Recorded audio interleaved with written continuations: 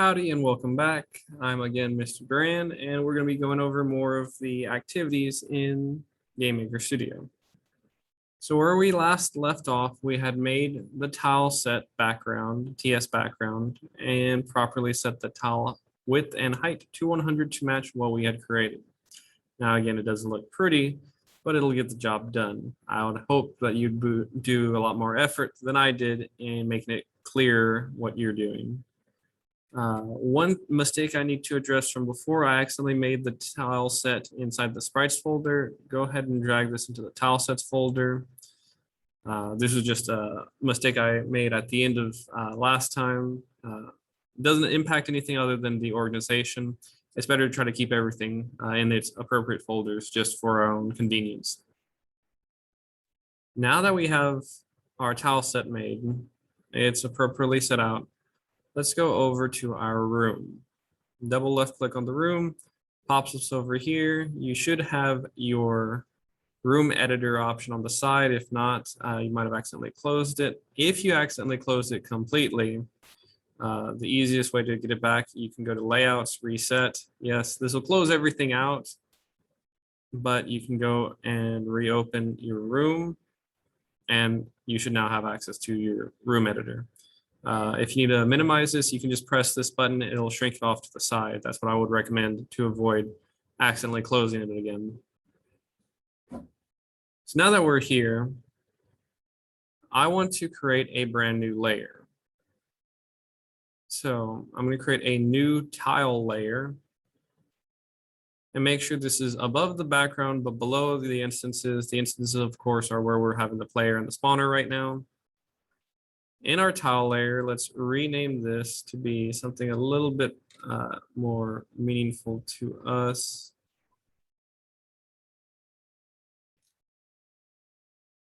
Right click, rename, and this will be background tiles, or tiles underscore background.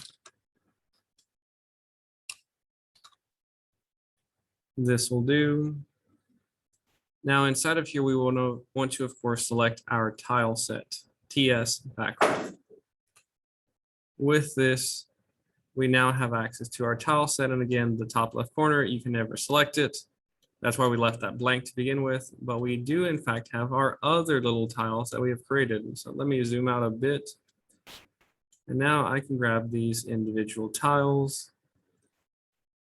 Click that there, put the bottom left corner here, put the top right corner over here, put the bottom right corner over here, put the bottom wall along this side, put the right wall, where's the right wall? This one over here. Yes, as you can see, because of my quick and sloppy work, it looks kind of bad, but we'll live. Do this one across the top and left side wall over here. And the only one that does look clean is, of course, the middle one. And even then, it looks like I missed just a bit on the left side. There you go. Now we have a background tile setting. It's not pretty, again, because I very quickly haphazardly put it together, just so we can have conceptually an idea of what we wanted to have. Again, we had the four corners, we had the four sides, and then the blank tile that we can place in the middle. And so now we're here, enemies popping up over there. Oh, maybe it wasn't that wise for me to use a green background, given that the enemies are also green. Or we can change up the colors to address it later on.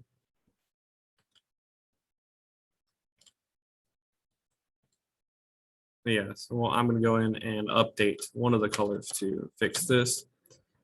But we now are able to put in the background. Now, what if I wanted to make the world slightly bigger? We have our limited room let's go ahead and we'll go down. I'm going to minimize the tile layer properties and look at my room. I'm going to zoom out over here. And let's get a bigger room. Let's say I do 2048 by 1024. That's a little better, but notice how we're cutting stuff off. When I made my tile set, the tiles were 100 by 100.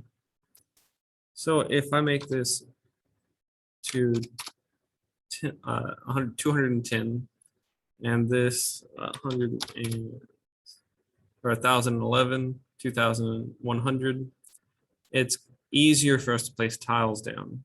Now I used 100. You should use some increment of 4 or a factor of 4, 4, 16, 32, 64, 128, 256. Something along those lines, that would be a lot more appropriate. So rather than doing 100, maybe in your tile set, you do 128. 128, yes. So now that I have this, I now have a much larger room. Let me go ahead and grab a bigger brush size for the middle. One brush too big. That can fill out our very center. And let's go ahead and address the side, reduce the brush size down there, update the bottom, put in the corners.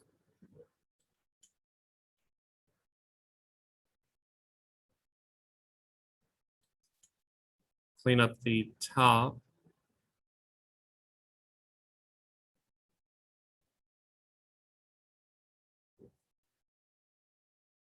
And the left side. All right, that's the best we're gonna get. Let's go ahead and save this, play it. You now have a much better or much larger room, but we don't actually get to see all of this. If we go down, the camera's not moving with us. If we head over to the right side, the camera is not going to follow us. What's technically happened is the view actually grew a little bit to compensate for our larger world. Everything looks slightly smaller, if you'll notice. But what if we wanted to maintain our previous view? Let's close out the property. No, in the properties, let's go to viewports and cameras. I want to enable a viewport. And let's look at viewport 1. This is what our traditional world previously was. It was much smaller. With this, I want it to, if you scroll down a little bit more, follow an object. I want to follow the object player. Since we only have one, it should be safe to follow it. Now, the borders around this to make it easier for us to follow rather than requiring that our object, or we'll see. Let me show you what happens if we leave those default values. The border and vertical border is what we use to determine whenever it needs to start pushing the camera around. So this is the original size that we had, and you see I have to effectively be halfway through it to get the camera to be pushed. I don't want to have to go that far into it to get the camera to move. So I'm going to actually increase it a little bit to 128. Actually, that's a sizable chunk. But this means we can get much closer to, or we do not have to get so close to the edge in order for the camera to start panning. And so we see we've got this slightly better, but notice if an enemy were spawning at the edge of this world, I would not even know it like that. We got close and died. Let's raise this to 256. Run this one and see if this is any better. You never want the player to accidentally die because they got too close to the edge and something spawned where they couldn't even see it. This gives us ample amount of response time, but maybe you want to increase it even further. And so we see there's enemies spawning all around the world.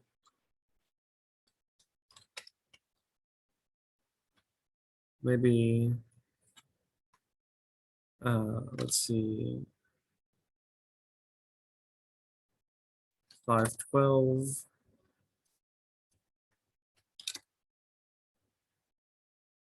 This might be a little too much for the view, but again, we're playing around with it. Figure out what works for your world. Maybe your world is a lot smaller. You don't have to have such a large movement. See, now it almost follows us perfectly around the world.